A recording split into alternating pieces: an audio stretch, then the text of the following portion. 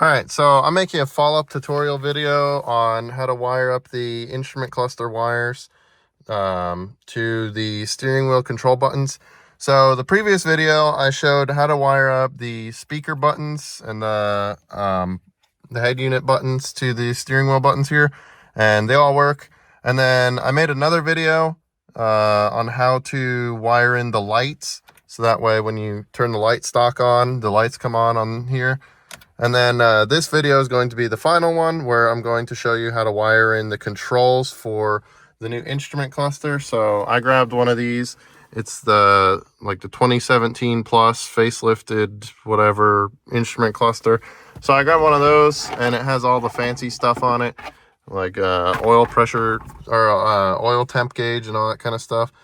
It also looks nicer and looks cool. And I have these buttons, and I was like, I want them to function how they're supposed to. So what you're going to do first is you're going to take this piece off.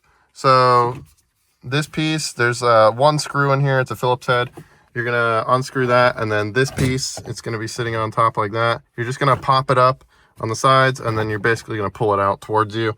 And you can see how the clips are. So you just basically yank it out. After that, you're going to take off this trim. I can just take mine off by hand. I could just pull up here, and then I could just pull this out from the sides, and I could get it out very easily because mine's a little worn, I guess. I don't know. You could use a trim tool. Just be careful you don't break it or snap it. Then after that, you'll basically just pop up like this side and then this side, and then you'll just like pull it out. And it's still connected to this piece down here. And then I left this cable connected here as well. There's a wire right here for these buttons. I left those connected. So once you do that, then there's two screws on the top of the instrument cluster. You're going to undo those, and then you're just going to basically pull the instrument cluster directly out. And you can see there's clips on the back, so they basically just pulled straight out. So after that, you will find this pin connector right here. So what you're going to want to do is you're going to want to pop up this little tab thing.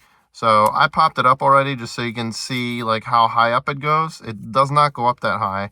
It's very minimal, so there's like a little tiny bump in it, like because it's not that high up. So you're gonna pop that up, and these are the pin layouts that you're gonna need. So in the previous video, I added wires for all of these onto the roll connector down here. So this is the roll connector. You can see, it's hard to see. It's hard to get a good angle. So right here is the roll connector. My steering wheel is kind of in the way. Yeah, you can see right here. So this is my roll connector. So I added all of the wires for the clock spring into that connector, so that way I have them all ready just on tap. So you're gonna have 3 wires for this side. Assuming that you already did this side and you already did the lights, you're gonna have 3 more wires. Those 3 wires are going to be a dark green wire. You're going to have a purple wire or violet, and then you're going to have a orange wire, and that should be all the colors that you have. So right here, I actually mocked up the, I believe this was the original layout of those wires in the pin connector on this before I repinned it. So these locations are irrelevant, but as you can see, I have dark green, and then I have orange, and then I have a purple one. Where is it? The purple one. So those are all the cluster wires. So the dark green is going to be your ground wire, I believe. And then the orange one is going to be your first wire. And then the purple one is going to be your second wire for the cluster. So I mapped out which pins these go to. I used Kevin Vo's video where, I didn't really get to use much information off it, but I was able to see which pin went where, and I was just able to experiment and just put the pins in and hope for the best. So I put them in these pin slots. So the orange wire goes inside of pin number 23. And then the purple wire goes in pin number 26. So you can see right here, it's like 3 over. And then the dark green wire is going to go in pin number 29. So all I did here was, once I lifted up that tab, I put, I was actually able to harvest these wires from a different connector, so I didn't have to do the new pin connector layout or installation or whatever. So I just inserted these pins into these pin slots, as you can see. So, you know, you got 1, 3 in, and then 3 more in, and then 3 more in, and then you get all those wires. So which pins these use though? It's going to be these pins, but you can see it's the one with the tab thing on the right side of them. So yeah, you can see that little tab thing like right here where my nail is catching. So you can see that tab thing is on the right side of them. So those are the pins that you're going to use on the wires. And what I did is I just ran a bunch of wires. So I ran 3 wires from those, and then I just routed them through like behind underneath my steering wheel and all that. Now I'm just gonna have to route them back behind the steering wheel and behind all this stuff. But I can show you that everything works. So once you're done with that and you actually put the pins in, you can just close this off. It's actually really simple to do. And then I tested it out to make sure it works. So all you do is just connect it to the back of here, and then you just do a function test. You just try all the buttons and then see if it works. And then after that, I would highly recommend following up with Kevin Vo's video, because after that, you need to send the cluster in to get the miles added to it. Because if you got it from a different car, it's obviously going to have different mileage. There's also some legal stipulations with that, because you would technically have to report a discrepancy in odometer readings because you're switching the odometer. And then you're also going to have to make sure that the odometer numbers line up with your old setup and your new one. So like, let's say you sent it in, you wouldn't be able to drive it until the odometer readings matched up. And also, additionally too, since this is from a newer model, one that has push to start and all that, you're going to need to get a like a device, which he has linked in his video, which I ended up buying as well, to disable the keyless starting on here, because it's like a anti-theft system or something like that. And since this one has that, and you know, this one doesn't have push start, you're going to need to disable that. Otherwise your car won't start, and you're just going to have to reprogram that basically. But yeah, I'm going to put this back together and I'll show you what it looks like. All right, so once you get the connector plugged in, just going to turn it on. You're going to see that all the buttons work, or all the lights work, your check engine light and brakes and ABS and all that stuff. And then after that, if you try and start it, it won't start. So I can just show that. It's not going to try and start because the anti-theft system is still not programmed, not taken off. But anyways, you can see that the buttons work. So if I press down on the buttons here, I'll turn the light on so that way you can actually see what I'm doing.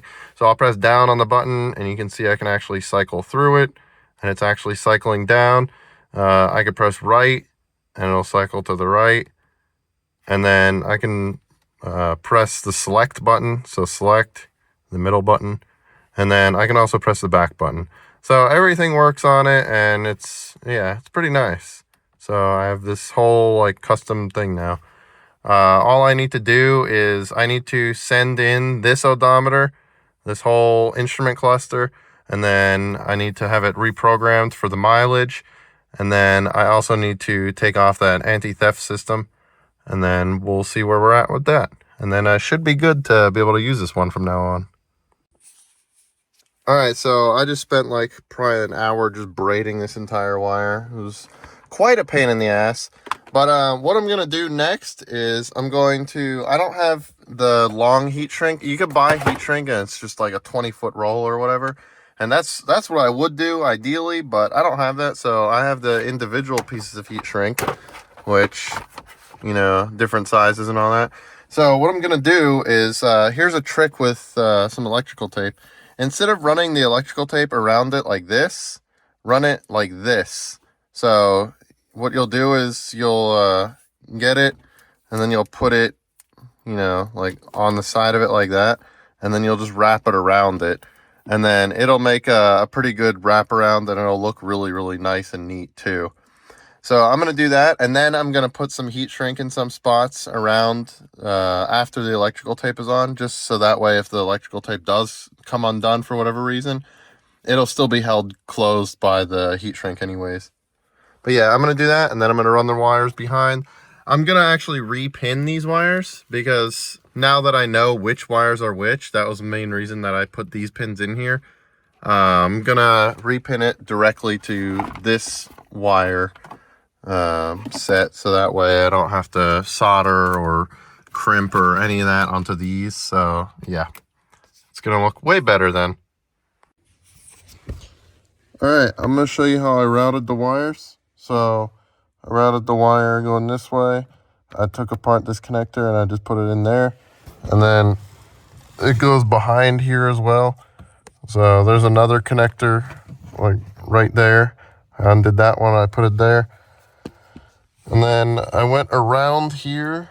So I went around and then I wrapped it around this bundle of wires. And then I wrapped it around here. I made sure I taped it in a bunch of spots too, so that way it's secure. And then this is where it's really important. So you do not want this wire to be like really loose or dangling here, because this is your steering wheel, like your steering rack and all that. And this actually spins when you're steering, so you don't want this wire to get caught up in it. So you want to make sure this is pretty secure. I taped it up here, and then I taped it right here, so it's really secure. You can run it over this instead of under it like I did, and it might actually be better than the way that I did it, but it's too late for me to undo it. And then I ran it up through here. So what I did to get it through here is I actually like passed a zip tie through, like through where the instrument cluster goes. So I like shoved the zip tie like through here on the other side, and then I was able to just like fish it through. So I'll show you over here. Just getting up inside the car. All right, so what I did is I fished a zip tie through here. Like I forced it through there, and then I pushed it through, and it went down, and then I was able to just tape the wires to it and then just pull it through. And then I was able to connect everything. I wasn't able to get the pins out, and I didn't want to break them, so I just ended up soldering them instead. But yeah, same pin layout as before. So I mean, you could just repin them instead of soldering them. I just had to solder them because I didn't want to break the pin connector, and I'd rather just solder them instead. But since you know which pins they are, because I was doing that to discover which pins they go to, you don't have to do that. So it should be pretty easy and pretty nice. But yeah, after that, you need to make sure that it works. So I put the key in, and then I tested to make sure that it works correctly. So you still want to verify just to make sure that your wiring didn't get like messed up in the process. So I just went through and I verified, and then yeah, it all works. So yeah, after that, then you got to do the programming. All right, so the final part is to do the tech stream cable. So I have it plugged into the LBD port. And then, so when you download the software, I actually needed to get a disk drive because it has a small disk and that has all the stuff on it. But once you download it, you're going to just follow the instructions. So you just click the README, and then it'll tell you to install version 17, and then install the drivers, and then it'll tell you something else to do. So you do that, and then also watch this video. It just shows you what to do. All the letters are in some other language, Japanese or something like that. So I couldn't even read what they're saying, but you could see what they're doing anyways. So once you're done, like installing the software, like what it'll have you do is you'll open it. I don't know if it'll open because this one's open. Yeah, I think that's why it wasn't. So you'll open up the TechStream software. After you have to extract the drivers. You hit cancel on this. So you just have to open this, and this is after you extract the 64-bit drivers from, I believe it's from the patch. Yeah, you just drag this onto your desktop. That's all you do with that. And then I think on the drivers, Oh, okay, it's just gonna be dumb. Oh no, it's in this driver's folder. So you have to install, I did the 64-bit one. You have to turn off your antivirus and firewall and all that. It's a little sketchy, and you know, it's up to you if you want to do that. I said fuck it, because it's just a laptop, like who cares? But yeah, you install these drivers after you turn off your antivirus and all that. I don't know why the driver isn't showing up in here, but yeah, you turn off your antivirus and then you install the drivers, and then you install the text stream, and then you also install the patch, so the 64-bit, and then once you open this, you click setup, and then you click VIM select. Then you'll go here, then you'll select the MVCI AutoNet whatever thing, because it'll tell you like to install it. And when you're installing, I think it's the drivers, you'll select version 1.48. That's what they did in the video. I don't know why that one over any other particular one, but once you do that, you hit OK, and then that's all you have to do for that, I believe. Then once you do that, you open the 64-bit one. So, you know, at this point, you already have it connected. So you open up the 64-bit one. And this is where I got fooled, because you actually have to have the car on to do this. And if you don't, it will not work. Because I was messing with it for like an hour, and I was like, why can't I figure this out? And I just found out you just literally need to have the car on. Not running, but just the ignition on, you know, like the radio and all that stuff. Okay, it's just going to be annoying as fuck the whole time. So once this loads, it'll give you like a select option. So if you have the car on, it should automatically auto-populate. So the FRS and the GT86 are ZN6, and the BRZ is ZCA, I believe.